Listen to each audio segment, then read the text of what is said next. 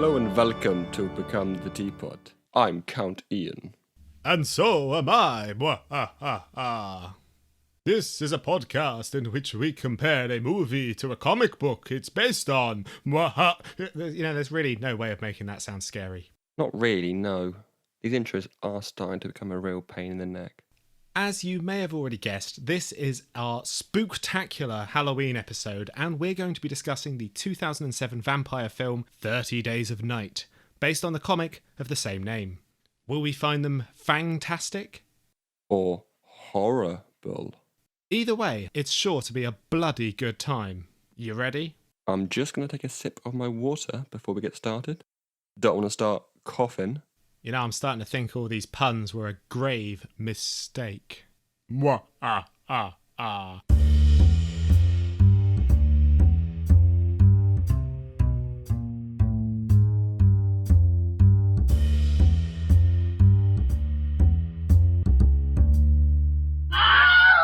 So I just want to start by saying, actually, I'm annoyed, Ian. Why? Why are you annoyed? Well, I think as we alluded to at the end of our last episode, I had planned all of our episodes ages in advance, and this was meant to be episode 30. So episode 30 for 30 Days of Night. And then... yeah. Well, technically, we did a bonus episode. Yeah, but we didn't number that as a bonus episode. Should we just say that it's our 30th, just to please you? No, this one can be episode 29. I'm fine with that. But it better not affect my plans for episode 300. That's all I'm saying. All right, fair enough. Okay. So, 30 Days of Night. Yes. What do you think of it? It was all right. Yeah. Yeah? Yeah, it's fine. Yeah. It's I'm not convinced it's a great film, but it was okay. Yeah. Yeah. What about you? Well, you know, there's those horror films or scary films that you watch, and then afterwards get creeped out by the odd sound in your house. Oh, what's that? Oh, it's fine. It's just a fridge or something. Yeah.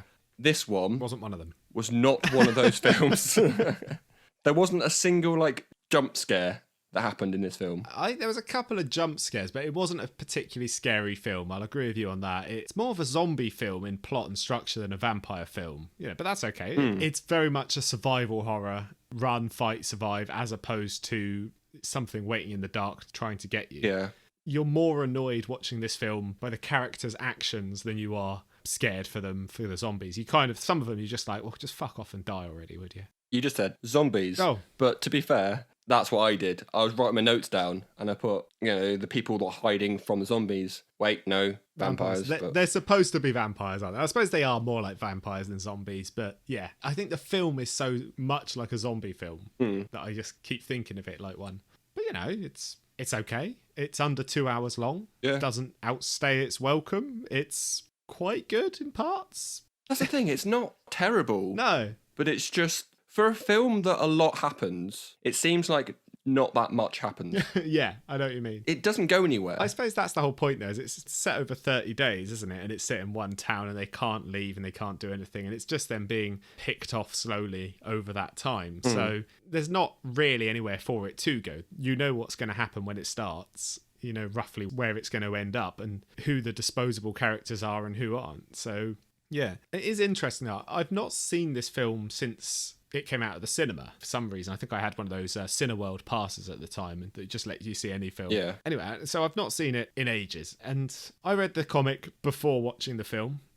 And I don't know if it was me subconsciously remembering the film or just the filmmakers had the same thoughts that I did. But almost all of my issues with the comic book and all the ways that I thought it could be improved were implemented in this film, if that makes sense.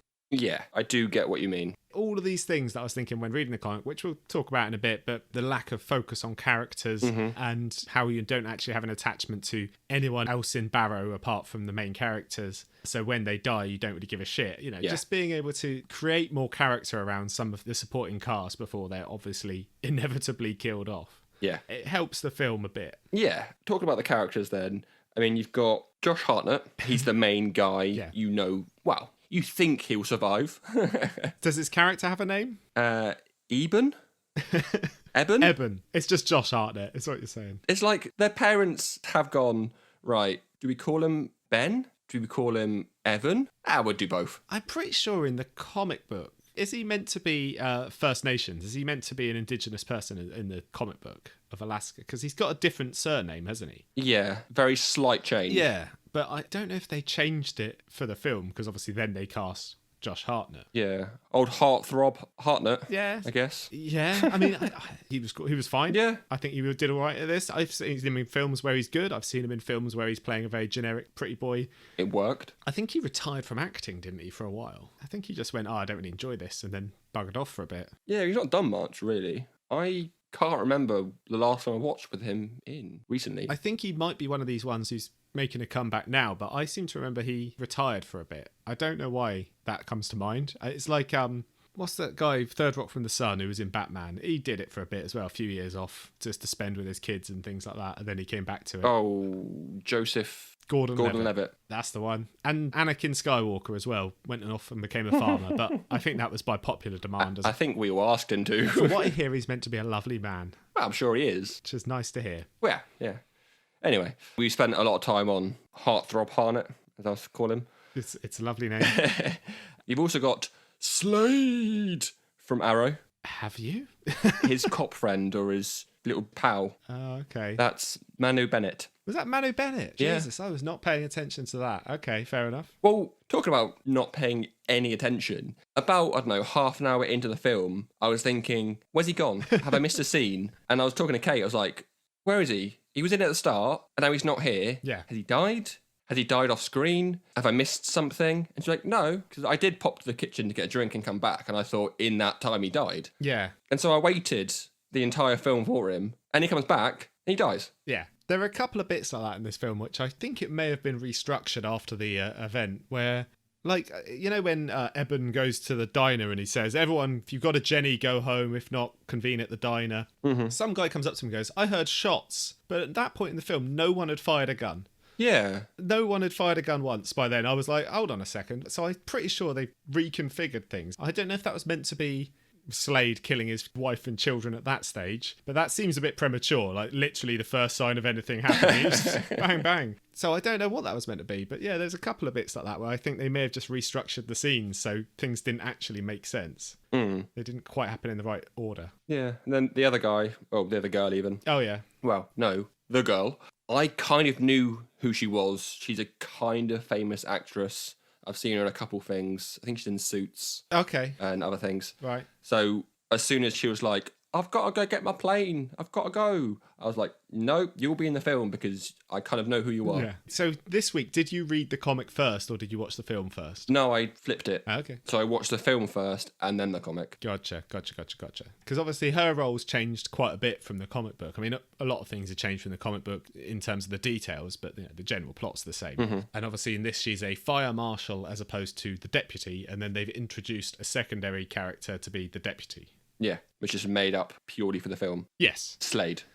I think, from what I understand, the deputy character is built upon in one of the sequels. I think his younger brother comes back to Barrow to find out what happened to him and things like that. So right. I think it may have been taken from one of the other things, but yeah, essentially made up for this. Billy. Just remembered his name. There we go. I didn't write down names for this. Apart no, I from, didn't either. Well, Stella. That's the only one that I know because that's how I know her name. Good. Well, talking about people's names that I don't know, I want to just jump a bit in the middle of the film. The best scene in the film, I think, is when there's a guy, I don't know his name, let's call him Tim. There we go, that'll do. Yeah. He is in his big chainsaw truck and he's just chainsawing zombies? No, vampires. No, his name's down. Bo, wasn't it? I think. Bo. And there you go. Him. It was a trencher. Yeah. So it's a truck designed to digging trenches, I think. And it had a big chainsaw and a big thing on the back. But yes, no, that was very cool. He has his moments. That was great. Tell you what annoyed me about that scene. And then... Oh, you carry on. Go on. No, you go no. I think then he drives into a pub, explodes the pub, yep. and he doesn't kill that many vampires. Yeah. I mean, it's a good idea. He kills a few on the way through, doesn't he, I think? Yeah. Well, I mean, the actual explosion of it kills like maybe one. I mean, that explosion doesn't even kill him. Oh, yeah. That's how bad that explosion was. He was stood on top of the box of dynamite or whatever it was, and it didn't kill him. He ends up outside the building and they crush his head, which I felt was just completely cruel and unnecessary. I mean, it's a good idea, but a bad execution. It was a terrible execution. Yeah, he had his head crushed. No, but what annoyed me about that is what annoyed me about that scene is that is after the other dude in the shop, he gets bitten by the little girl. Yeah. Or gets scratched by the little girl. So he's already turning by that point. So just after that, he goes, I've got a suggestion. Why doesn't someone make a distraction? And Eben goes, okay, I'll do it. And then goes to the grandma's weed farm and uses the light, right? That's one chance he had to be helpful and heroic. Then Bo sacrifices himself with the trenching machine. That's the second time that guy had to be helpful and heroic. Then the next scene, he's like, oh, I don't want to die as a vampire. Cut my head off. You could have been the guy in the trencher blowing things up, mate. Why weren't you? Well, yeah. When he died, or he said to Josh Hartnett, because that's just his character now. Yeah, Eben. He said, I've got a family, I've got a kid, but they died in a drunk driver car accident, blah, blah, blah. Yeah. And Kate turns to me and goes, what's that got to do with anything? Why is he telling him this story? I'm like, I don't, because he wants to be with them, I guess. Yeah, that's exactly what he says immediately after telling that story, yes. But it was just a bit of a, I don't know, it came out in a weird way, in my opinion, and Kate's opinion. Well, it's obviously because he's been bitten and he will be tormented with eternal life, which he definitely does not want because he wants to rejoin his family in the afterlife, supposedly. I think he'd have a better chance of that if he had made himself useful before he died. That's all I'm saying. Yeah. Run one of the sacrificial plays, mate. What the hell's wrong with you? Lazy is what it was. Also, why did Eben have to be the one they keep sending on these objectives that involved running when he's clearly heavily asthmatic? Yeah, true. They kept saying, oh, someone's got to make a run for it. Oh, I'll do it. Oh, great. Have you got an inhaler with you? No. Hold on. Became a big problem later on. Yeah, well, maybe stop sending him to run off and do things. You said earlier that you've seen this film years ago when it first came out. When it first came out, and that's the only time I've seen it to the best of my knowledge, yeah. I haven't seen it, and you'll be surprised, nor have I read the comic. So this is the first time that I'd seen it, and because it was flipped, I didn't get the story from the comic. Right, okay. And it seemed very predictable. Yeah. Well, one bit, but I'll come on to that in a bit. The rest of it was, well, that's going to happen. As soon as that grinding big box thing. The stone grinder, meat grinder thing, yeah. I shall quote myself here. Oh. And I said to Kate, that will be used to kill some vampires. And it was. You're a bloody genius, quite frankly. I know. I'm clever sometimes. Yeah, no, this is just Chekhov's gun in action, isn't it? This is just, if you show something in the first act, it has to be used in the third act. So you don't make a point of showing a big threshing machine and having one of the characters explain what it does without bringing that back in later on. Yeah. Yeah. Yeah, the only thing was I didn't see the turn. So when Josh turned himself. Yeah. Because it's very quick. And again, we'll come on to this in the comic. But in the film, it's very like, right, I've got an idea. He grabs the syringe. Yes. Pops it in his mate's arm, gets the blood, pops it in, done. It's a very quick, like, right, I've got an idea. Yeah. Yeah, it almost comes out of nowhere. I think the film does a better job of, and we'll go on to this again in the comic book section, the film does a better job of setting up than the comic does. But yeah, it is a really strange sort of, right, I'm going to inject myself with vampire blood now and become a vampire and fight them. So, are you sure about that, mate? That seems, I mean, you don't know if that will work at all, but I suppose they spent a little bit of time in the film with him having interactions with other townfolk who have been bitten and got away. So I think there was 2 cases where it had happened. Yeah. So, yeah... But it still doesn't seem like the best idea, mate. Well, yeah, I guess he was thinking I could die trying this, and then the rest of them could die, rather than just us all dying. Yeah. It also kind of annoyed me. There were several bits towards the end of the film. I think it was like day 27 it came up on the screen. And then they kept doing things, kept going outside and running around or injecting themselves with vampire blood to go and fight things. And I kind of think, just stay still. Just lie down somewhere, stop. Be quiet. When he does the blood thing, there's one night left. Yeah. There's like a few hours, maybe 4 hours left. And you think, wait 4 hours. And I get why he does it, because he wants to go and save Stella. Stella! But, you know, so I get they made a decision because he had to go and save her in particular. But I still think it's a leap of logic to say, right, well, this will definitely work. Yeah. You know, it could have easily just killed him and then they wouldn't have been any better off. Or it could have just turned him instantly and he just killed everyone in the room with him. Yeah. He didn't know anything was going to happen. Once that happened, I was like, right, yes, here we go. A big old fight scene, great. And then he turns up, bitch slaps a vampire. Then not a lot happens. He gets beaten up. Yeah, he gets beaten up. And he punches his fist through the vampire's face. Yes. Which, I mean, great. But how? Well, with his vampire strength. Vampire strength. Okay. That's why he ejected himself, was so he was be stronger and quicker. But It's a bit of a comical scene. It's a bit of a quick, let's kill him. My fists will do. it's anticlimactic, definitely. You feel like there would have been better if they had saved the final death for the Thresher death or something. You know, they'd used the final payoff as something they'd set up earlier rather than just, and then I punched him through the face. Okay. Which is just funny. I mean, there were quite a few moments in this film that I just laughed. There was a bit, I think his name was John. I'm going to call him John anyway. Sure. John, the vampire, let's just say, he's attacking Josh and he gets caught on the swings. Oh, yeah. That was hilarious. That was like a scene out of like Shaun of the Dead. It was just, why? I thought it was quite funny. He's sort of like all tangled up in them and then he's like hanging there. And it's like, that's a newly turned vampire did that. So that could have been what Josh Hartnett ended up like at the end of the film. He injects himself with vampire blood, goes to leave and just gets caught in some swings. Oh, no. Oh, no.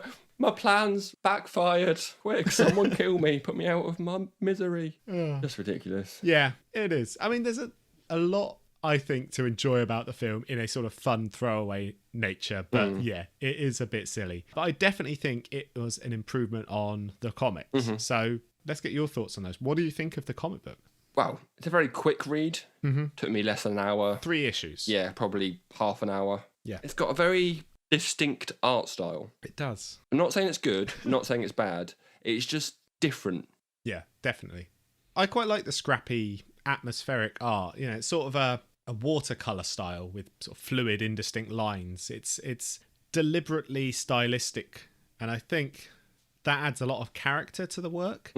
It made it sort of feel unique and moody. I did find it a bit difficult to follow the action at times because of the art. But overall, I actually feel like the art does more for the comic than the writing. I think it actually makes up for a lot of the story's shortcomings. The writing is quite bland. And I will quote the comic here. There's like a vampire attack happening. Someone's like, stay back. And the vampire says, no, I will not stay back, hold still, and prepare to die. Shakespeare. Fantastic. I mean, great. But yeah, I think half the time I spent reading it, and like the other half I was trying to look at the action, if you can. Yeah. Very hard to pick up on, but once you get through a few pages, you do get used to it. Yeah, as I say, I think the style is deliberately, they've gone for that aesthetic. Interestingly, I found out something about this when I was doing a bit of research for the show. You remember in our Old Guard episode, I proposed that is a comic book that was written solely so they could shop it around for film studios. Yep. Well, this comic book was written after the film pitch they had for this failed, so they turned it into a comic book instead. So this was meant to be a film. So pretty much your idea from the Old Guard. Yeah. So this, and I think maybe, because it does happen more often than you think, people have an idea for a film, can't get it made as a film, so they go and take it off, make it into a comic, and then they can go back to the film studios and say, here's a best-selling comic, why don't you base a film on it? And people go, oh, that's a good idea. Yeah. And I think that's probably why it works better as a film than it does a comic. You know, as we said, it's only 3 issues long, and ultimately I don't think there was enough time to flesh out or define any of the characters, including the main characters like Eben. I think it's quite an interesting premise, and it's let down by a lack of attachment to any of the players involved. I think if it had even been a couple of issues longer, had it taken its time to build up some of the people who live in Barrow before showing the town's downfall, it would have been more interesting and more impactful, which is kind of what the film does. Yeah. I think the comic has a more intriguing story than the film does. I mean, like you said earlier, you could put these two together and it would work. If you were to mash up the storylines and characters and all sorts, it would work as a whole.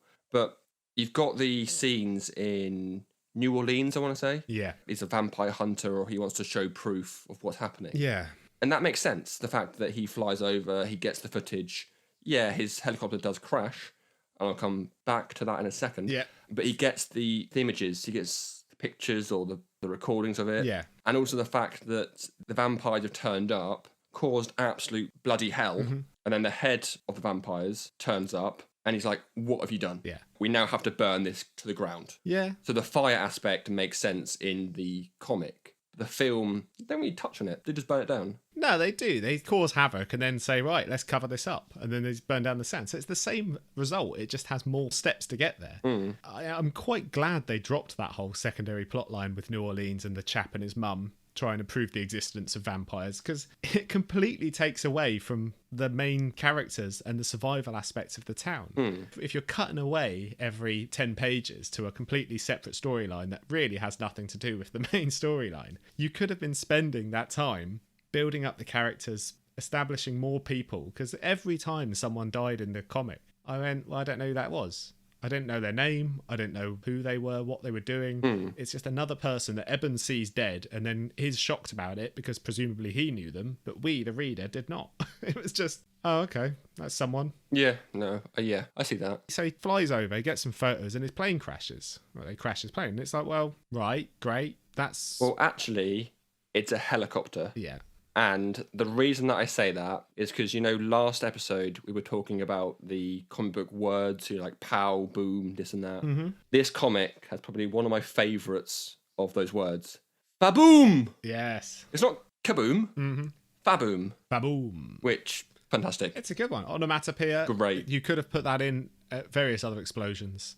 And yeah, I'm not saying that's a plus for the extra story, but I like that they've put that in there. Yeah. I'm not saying it's a fleshed out world. There should be more of this. But I do like that there's a hierarchy of vampires. Yeah, I don't know. I feel like if it had been longer and you could have fleshed that out more, it would have worked. And I think likewise with the vampire hunting plotline, if it had been longer, even 2 or 3 more issues, you could have fleshed that out more as well. But with only 3 issues to tell your story, by trying to have a storyline about vampire hunters trying to prove the existence of vampires, by having a storyline about the hierarchy between Vincent and Marlowe or whatever they are, all of this stuff as well on top of that, I just feel that it just left no room for the main plotline, which is essentially about survival of these human characters. I think it moves at this sort of breakneck pace. Nothing has room to breathe, and before you know it, Eben is speedballing vampire blood, and then it's over. It all lacks substance and gravity. Yeah. I'm not saying the film had it in spades. I'm not saying the film was like super serious and was super deep, but it certainly had more emotional stakes to the survival of these characters rather than just things happening for the sake of them happening. Yeah. No, I see your point entirely. Yeah, it's a bit, again with a film, a lot happens, but not a lot happens. Like I said, if you blend the two together, you can make a good story or make a good world out of this. I think on their own, you can pick them apart. But if somehow it was mashed together, it makes more sense. Yeah, I know what you're saying, but I'm not sure I agree. I think, to be honest, the omissions that they did for the film only improved the plotline. I think if you included those things in the film as well, you'd have a film that was over 2 hours long, unnecessarily, because it's not that deep a storyline, and it would only detract from the main storyline. The fact that you don't cut away from Barrow at any point during the film, it helps the sense of isolation that you're trapped in this one location with the characters, rather than being like, and now previously in New Orleans. All right. Well, yeah, okay, well, talking about things that they took out of the comic to not put in the film. Does that make sense? Yeah. There's a bit in the comic where, I'm going to call him Josh. Josh sees all the vampires sort of turn up from afar. And he runs in the town and sort of panics and says, right, everyone, go to the diner or whatever. At no point does he try to prepare for the attack. He just tells people, go home or do this, do that. But he's used the goggles or whatever they're called to see that their horrible faces, their fangs, and they're covered in blood. He's just like, everyone go home. What, in the film? Or no, in the comic. So in he the comic, sees them in the comic.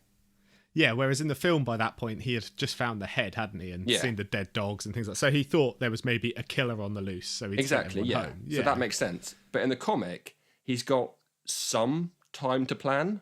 Yes. But they don't. And he doesn't, does he? Yeah. Yeah. As I say, there's part of that thing about moving at a breakneck pace, and he just sort of does things, and then it cuts to the next thing that he does for no real reason. Yeah. And then everyone's dead anyway, so it doesn't really matter what he did or why he did it. I like as well, they introduced the human aspect into the film with him and his wife, his partner. She wasn't the deputy in the film, she was the fire marshal. They are estranged, and there was a sort of relationship goal there.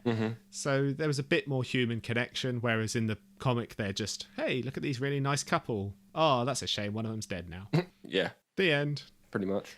Although one thing that did piss me off in the film watching it is the fact that She apologises to him unreservedly. She's like, I'm sorry, I never should have left you. And from what I understood, the reason she left him, or the reason they split up, was because he didn't want kids and she did. Which is a perfectly valid reason for separating. Yeah. In my opinion.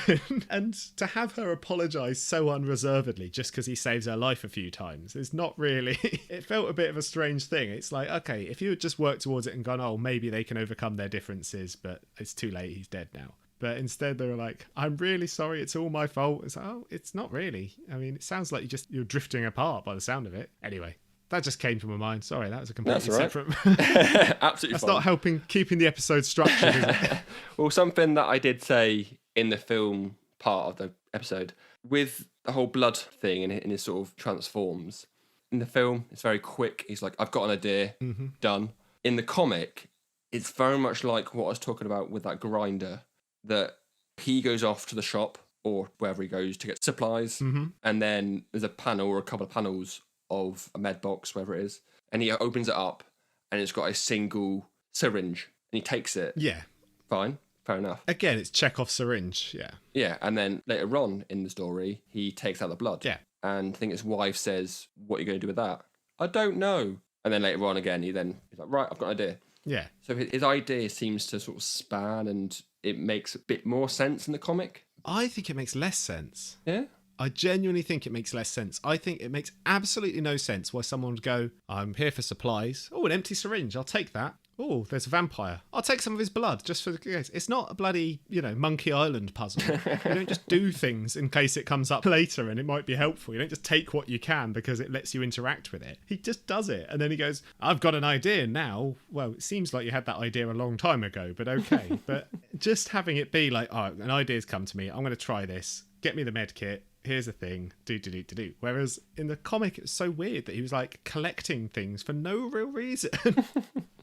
Like I said, I watched the film first and then read the comic. I think if I read the comic, I would probably go, oh, he's going to probably inject himself. Yeah. So yeah. Yeah, I mean, that's obvious. That's foreshadowing. That doesn't make it make any more sense why he would do those things, though. And I think the film lays out a bit more that he's met people who have changed and he realises they have some semblance of control at the early stages and things like that. Whereas the comic doesn't do any of that. He literally just goes, well, I might as well. Here's some vampire blood. Hey! Hope this works. I've got a syringe full of blood. Why not use it? Why not? Knew this would come in handy. I think that's the whole point of the story is why not? Yeah. What we're saying is Eben in the comics is an absolute maverick. He doesn't know what he's doing or why he's doing it. He just goes, needle, taking that. What else is next? Blood, doing that. This is Die Hard in the snow. Maverick on a loose. On a loose? On loose. On a goose. On a goose. Sure. Why not? Chucking a goose. It would make sense. He'd probably pick it up and take it with him if he saw one. You could use the feathers for something. Yeah. I don't know. Oh. Talking about birds. We do eggs. All right then. Iain's egg hunt. Iain's egg hunt. Iain's egg hunt. I'm not yoking you. So, I'll be honest, you don't get that much in this section this week. I never get much from it, to be honest. Oh, don't hurt my feelings. So, a photo of Steve Niles, the writer, hangs on the wall when they're in the little survivor's hut thing, the attic. Yeah. There you go. Lovely. That was the guy who owned the house, presumably, who went away and locked his house up. Yeah. Sure. Steve Niles owns a house in the snow. I'll be honest, that's my only Easter egg. But... There's no Stan Lee cameos. No, it's not, actually. I did try and find them. But they did hire a linguistics professor from New Zealand to create the ancient vampire language. Ah, cool. Why New Zealand, I hear you ask? I was asking. I hear you ask. Oh, why New Zealand? That's because it was filmed there. Ah, not in Alaska. No. Why not? Does Kate know? Kate, no. Does Kate know the answer to that question? You've lost me. That was your perfect cue to say, I don't know. Alaska. Ah, right. I mean, this is snow time for jokes. Get on with it. What's next? That's it. Oh, wow. Yep, told you. Great. Okay. Cool. Should we move on to the conclusion then? Just before we do, I wanted to talk about the vampires in these stories as a whole, the types that they are and what they can do, really. So they both have a different take on a vampire. So if we use the normal vampire lore, they still look human, maybe a little bit more pale. They still have normal teeth, apart from obviously the incisors have increased with the fangs. Yeah. But these vampires in both film and comic are a lot more grotesque. Yeah. They've got a mouth full of fangs, long fingernails like claws almost. It's not the usual take that we normally see. No. I do quite like that. We've kind of shat all over the film and the comic, but I do like this new take of it. I had no problem with the film. In all honesty, I thought it was perfectly enjoyable. The comic book I just felt was a bit of a mess, and I didn't care about anything that happened. Fair enough. Yeah. And then also how people are turned. Normally, again, under the normal law of vampires. Yeah. There's some sort of like supernatural way of it happening. Like sort of you get your blood all drained and then you get refilled with vampire blood or whatever. But in this, it's literally just, here, have some blood. And as soon as you've got the blood in you, you're a vampire. It's like a virus. Yeah, also if you get bitten, you can turn into a vampire. So it's not just having blood inside you. It was, again, quite vague. Just get infected in some way and then don't die is basic, from what I understand, how it works. Pretty much. Yeah. So to wrap up the comic and the film, what were your views overall then? Yeah, well, as I just said, the film, I think, is perfectly enjoyable in a way. It's a decent little survival horror with an interesting premise. It is quite predictable. You know exactly what's going to happen from the first half an hour and how it's all going to turn out. But, that's fine. A lot of characters acting stupid for the sake of the plot. It's exactly what you expect it to be. The comic, I feel, is too brief. Too much is happening. Too much is going on. It would be a lot more interesting if it was more focused on the characters of Barrow and had more time to develop them before killing them off, rather than just, here's another person you don't know is dead. Yeah. But I do think, as I say, that scrappy art style lends itself very well to the story being told. I think it's more to its favour than its detriment. I just wish, and in fairness, there are a lot of sequels and spin-offs for this, so the world does get fleshed out more. I just feel like, as a starting point, this isn't the most interesting story you could tell. Yeah. What about you? Film, it wasn't terrible, but it wasn't great. I honestly thought it would be a lot more scary than it was. I was prepared for a horror film. Right. And then it ended up laughing more than I was scared. Well, I wasn't scared at all. So Yeah. It's not a scary film. No, but I thought it would be. I was prepared to have the scares and the jump scares. But I hate jump scares. I think they're rubbish, but yeah. Boo. It's more of an action film than a horror film. I thought I'd get you there. Oh, sorry. You'll get me in the edit when I have to fucking edit that. Thank you very much. To dip your sound. But yeah, the comic, pretty forgettable. I read it half an hour, maybe a little bit more. Yeah. Since you told me that they used it as a storyboard to get the film made, you can see that. You can definitely see that. Yeah. And that's, I think, there's a lot of ideas just sort of thrown in there, and then we'll flesh out what sticks and what doesn't later on. Pretty much, yeah. Just it's like a meh comic. Yeah, that was pretty much my opinion. Kind of like the old guard. I kind of just went, eh. And this is what I think about a lot of comics where they are clearly designed so that someone can make a film about it. I think if you aren't writing a comic book because that is the medium of which you want to tell your story, then don't bother. Go and make a film. Yeah. Find the budgeting, find whatever it is. You're not writing a comic at this point. You're writing a premise for a film that you can shop around. It's a storyboard. That's what it is. Exactly. And when we've talked about Alan Moore before, and the reason he's so against Hollywood adaptations of his work is because he's always said, I have written a comic book, and I've written it as a comic book using all of the tools of a comic book to tell the story. Yeah. And you can tell that when you read his work. And that's why I don't think they adapt particularly well, because they're not designed to be. Yeah. But what was Kate's opinion of the film? She said that the photos over the end credits were more disturbing than the film. That's fair.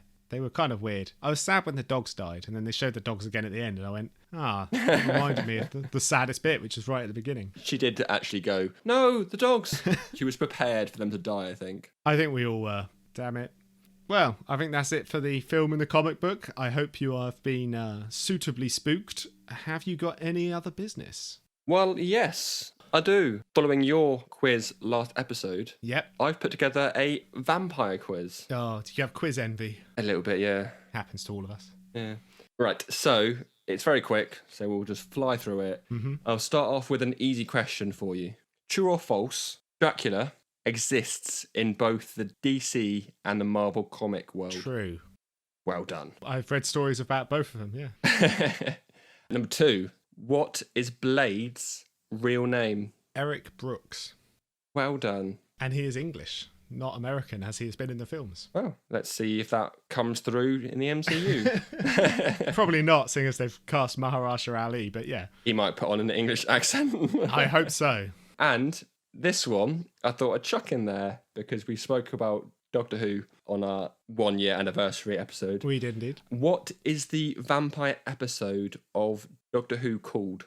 I've got options if you need them. It's like, was it the one that's like Vampires of Venice or something like that? Well done. Yeah. Was it really? Well, it's actually in, but it's fine. Right, okay. I did put down vampires in Verona, vampires in Versailles, or vampires in Venice. So well done. You didn't even need the options. I didn't even need your options. No. I don't need you. Next question. Hold on 1 second. Feeling quite proud of myself about that. Okay, number 4. Mm-hmm. Hopefully I pronounced this correctly. I hope so too. What is the campaign setting in D&D that features the vampire Count Strad von Starovich? Strad. It is it Ravenloft? Well done. Yes, it is Ravenloft. Chucked it in there because I know that you play a lot of D&D. I do. For anyone listening who hasn't figured it out by now, I'm a nerd. Right, so question 5. Mm-hmm. What was the name of the comic where Batman became a vampire? Oh, Jesus. Batman.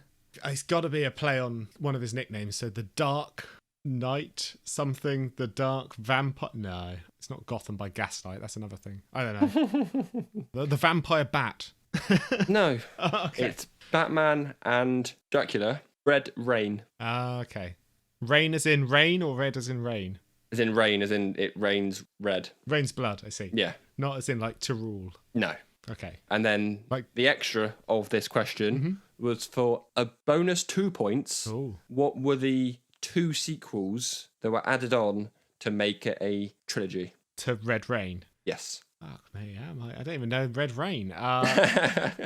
Black Rain and Misty Summer Afternoon. Oh, weirdly, you were quite close on that last one. The second one was Bloodstorm. Right. And the last one was Crimson Mist. Brilliant. Okay. Question 6. Okay. How many seasons of Buffy the Vampire Slayer were there? 7? Well done. Question 7. Yeah, I see what you did. What is Edward's last name in Twilight? Edward Pattinson. No, I don't know. Not a clue. It's Cullen. Cullen, right. Cullen. Edward Cullen. Yes, of course it is. And then question 8. So last question. Mm-hmm. One of those 8-question quizzes. Well, it's what is the bar called from dusk till dawn? Titty twisters. Well done. Yeah. Yay. So, even though it's 8 questions, it was out of 10. Oh, okay. So you had bonus question, wasn't there? 2 questions. Bonus questions. Yeah, okay. So, you got 6? 6. I want to say? Yeah, 6. no, I think you're right. The Batman and the Edward Cullen one. Yeah. You got 6 out of 10. That's not bad. I'll take it. There you go. Better than average. Yeah, that's our motto. That's the nicest thing anyone's ever said about me. Cool. All right. No, thank you very much. That was a good quiz. That was on point theme. Very on theme. Very on theme. Lots of vampire questions, and I feel now that I am ready to start my career as a slayer. A slayer of vampires? Sure. Right. Considering this is our Halloween episode, yeah, I thought we could just have a little conversation about our favourite horror films, or just a discussion about horror films. Okay, yeah, no, that could be fun. All right, yeah, sure. Do you want to start, or? Yeah, I mean, well, I'm not a huge horror film fan. Same. I will watch them, mm-hmm. but I don't go out hunting for them, or I won't go, oh, that film looks terrifying, let's go see it. Yeah. Last Halloween, in fact, because the whole country was stuck in their homes, me and Kate had like a classic horror film night. Right. So we watched the original Nightmare on Elm Street and Friday the 13th, which I remember them being a lot more scarier than they actually are. They're very campy and daft. So we're watching Nightmare on Elm Street, And the last sort of scene where he pulls her through the window of the door is clearly a doll. Yeah. We both just laughed. I mean, it's 80s. I think a lot of time, I mean, apart from the special effects things, a lot of times with films like that where they became such classics, they've been parodied so much since then that you see them so often. It's kind of like you've now got an ingrained idea in your mind about these films. And yeah, I think at the time, if you had watched this in context, it would have been terrifying. And if you watched it completely without context, e.g. you've never heard of this film, you might be, oh, wow, that's terrifying. But yeah, because they're so famous and because they've been parodied so much, they're just kind of hard to take seriously at times. I still really enjoy them. In fact, we've recently been making a list of horror films through the ages for Haley and I to watch for Spooktober. And I got up to 56 films. Jesus. So I had to stop at that point because although I say I don't like horror films, clearly I don't mind them. I think it's mostly just slasher films that I don't like. Yeah, there is the whole horror genre as a whole. You can go from slasher to zombie to vampire to all sorts of films. Yeah, and I think just slasher and mainly like torture porn and just jump scares, I just don't really get them. What I found I really do like is, as we've talked about on the show before, survival horror. So I like zombie films, love a zombie film. There's horror movies that some people don't think of horror movies, like Jaws and Alien. Amazing films, but they are definitely horror movies. You know, they have a central monster that is coming to get you. And other favourites, you know, Dawn of the Dead, The Shining, The Thing, Evil Dead 2. Those are some classics. But yeah, we just started watching our Spooktober Fest, and we started with The Cabinet of Dr. Caligari. Can't say I've heard of that film. You should have done, because I think we watched it in film studies in college. But yeah, it is a 1920s, widely credited as one of the first horror movies. Right, okay. It's all on YouTube if you want to watch it. It's about 60 minutes long. It's not a long film. Yeah, it still holds up. You can see it as the building blocks for modern horror. It's hugely atmospheric. It's got jump scares. Yeah. Not many. It's got jump scares. It's got a twist ending. It's obviously a 1920s silent film, but it's amazing to watch that and see the building blocks for modern horror. I always have an appreciation for things like that, even if it's not scary by today's standards, you know? So that's been really interesting. Just curious, have you got a film on your list called 13 Ghosts? I have not. I know the film because didn't Have we you go and seen see it together? Well, I don't know if we saw it together because I know I saw it as a kid with my sister. I'm pretty sure we watched it together at some point. I think you may have even shown it to me. It's got Shaggy in it and he gets cut in half by a door. Yeah. That's the remake, isn't it? Yeah. The original 13 Ghosts is obviously a black and white film. A lot of these are, as in they are remakes. Yeah, a lot of them are remakes. But I have seen 13 Ghosts. It is not on the list, unfortunately, of 56 films. It's a letterbox list I've been making. And it's really hard because obviously you've got the classic Universal monster movies. So you've got like Dracula, Frankenstein and all of that. And then you want to add the Wolfman and the Invisible Man and this, that and the other. But if you do all of that, you'll have 10 films alone just from that one era. Yeah. And so you've got to sort of go, right, well, what are the big ones? It's going to be this, and then move on to the next era. So, you know, Hammer Horror. Geez, I could be there all day. There's hundreds of films. But yeah, so I've been trying to cultivate a list of just the classics and the key ones of each era. But it's, as I say, 56 films long now. I'm not sure we're going to get time this Spooktober, but we'll do our best. So, I mean, what would you say for you is your absolute favourite horror movie? I mean, it's a bit of a cheat, I guess, because it includes zombies. Good. But it could also be classed as a comedy romance. It's on my list as well. It's a rom-com zom. Shaun of the Dead. Shaun of the Dead. It has to be. I mean, it's a bit of a cheat, but it's still a horror film, kinda. It is. It's got horror aspects. The funny thing about Shaun of the Dead is it doesn't play the zombies for laughs. The comedy comes from the human interaction, but the zombies themselves rip people apart, absolutely swarm them, do all the standard things that Romero zombies do. But there's also some comedy, farcical stuff going on alongside it. So, yeah, I love Shaun of the Dead. It's one of my favourite films ever. If I was to give a more serious answer, again, it has got comedy elements, but Cabin in the Woods. I really like that film. Yeah, that's on the list as well. It still holds up too. It's not an old film that you think, that's from the early noughties, that's crap. It's still good. It's not even from the early noughties, is it? I'm pretty sure it's 2010, 2012, something like that. It's not that old a film. I don't know. All I know is that Chris Hemsworth does not have his long hair in it. He does not. He's not as bulky in that film either, is he? Well, actually, to go back to question 8 of my quiz then, From Dusk Till Dawn, it's a film that you actually introduced me to. I think you actually introduced me to Quentin Tarantino. I would have done, yeah. I watched his films far too young, yeah, and got obsessed with them. I think you showed me Reservoir Dogs, and then you showed me Pulp Fiction, and then I think you showed me that, even though he didn't actually direct it. But He didn't. He's in it, yeah. and he wrote it, I think, or he co-wrote it, maybe. He definitely did some writing on it, I think. He's just involved with Robert Rodriguez, but yeah. Yeah, no, that's a real fun vampire film. You know, speaking of vampire films, but it's another survival horror, and that's what I find is I tend to lean to those. Here's a group of people. Who's going to survive out of this group? They're going to fight zombies or vampires or whatever it is and see who comes out on top. I love that genre, and I can never get enough of it. Alien, Jaws, all of that sort of thing. Evil Dead 2. Yeah. When you've got to run and hide or protect yourself, like those kind of things push the plot along. Sometimes it depends what it is. When you've just got a guy going around killing everyone, it's not that entertaining. It just ends up as a series of vignettes. It ends up as a series of scenes of someone going to a cinema and having some popcorn and then getting killed, or someone goes here and does something and then they get killed, and then it just ends up one after another, which I know is kind of the same as zombie films and things, but I don't know. There is a difference, and it's hard to put your finger on. I didn't actually write this down. Yeah. But I've just thought of it, is Scream. The very first Scream film. 25 years old this year. Yeah, Jesus. Yeah. That threw the whole horror tropes out the window. That it followed them, but you start off with that first scene with Drew Barrymore. Thank you. Where you think, oh, this is the main character. We will see her through. She'll escape and whatever. No, she dies. Yeah. And she was the most well-known actor or actress at the time. In that film. In this film. Yeah. And she's in it for 5 minutes. Well, it's very self-aware, and it played into a lot of the tropes of slasher movies, and it's very much a parody of those things. And it does that thing again, is it's still scary. Yeah. It doesn't play the horror element as comedic. The horror element is still horrific. But it is a parody, it is still funny. And then you have things like Scary Movie, which then parodies it. And you think, what the hell are you doing?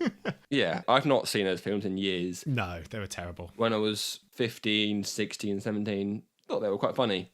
If I go to watch them now, I'll probably hate them. I think I hated them at the time. So, in that theory, you'll now love them. Sure.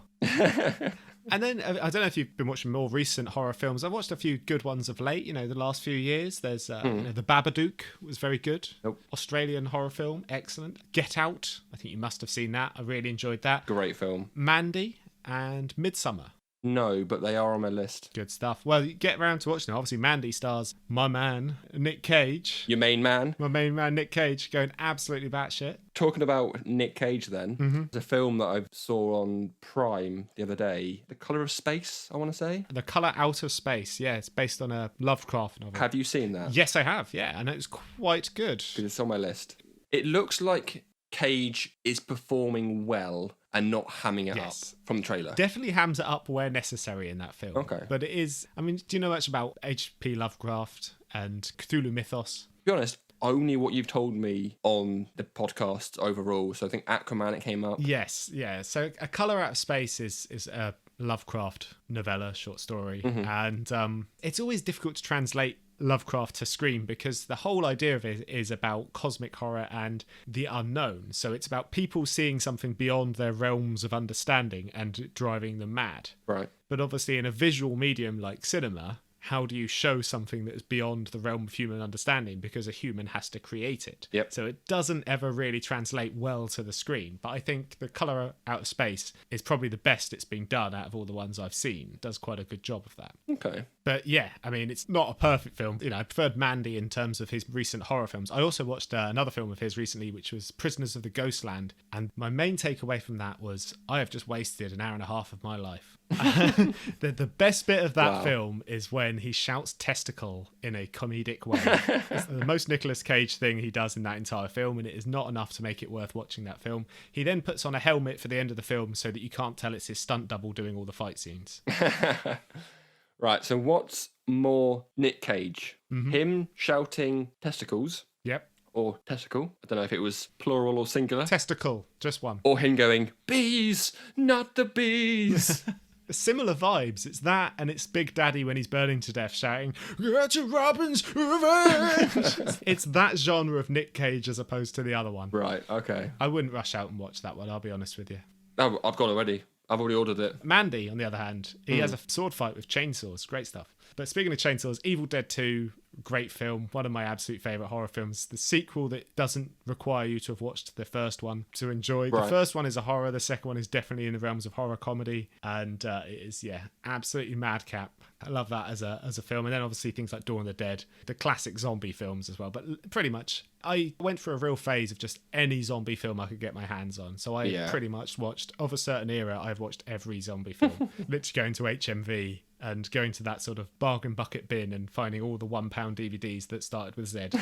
Zombie Flesh Eater, Zombie Creeping Flesh, Dance of the Dead, whatever it was. Dance of the Dead? Dance of the Dead. That like some sort of like zombie film at a prom? Yeah. Oh, well, there you go. Essentially. It's a more recent one, that actually. It's a teen romance zombie film. But yeah, no, so literally just any zombie film I would go out of my way to watch. I had a big book of one of those sort of film BFI books you used to buy. Remember when you used to buy books? Books? Remember books? You know, before you just looked things up on the internet, it was one of those big books and it just listed every single zombie film in it with a bit of blurb about each one, and I used to just go through that thing and find anything I could. So the main takeaway from this is I like zombie films. Yeah, I guess so. And we should have watched one of those. Well, yeah. We pretty much did. We keep thinking there's Well, yeah, to be fair, it is literally a zombie film with vampires. We don't have to watch a film purely just because of the podcast. We can watch films together if you want to. I didn't say I want to watch them together.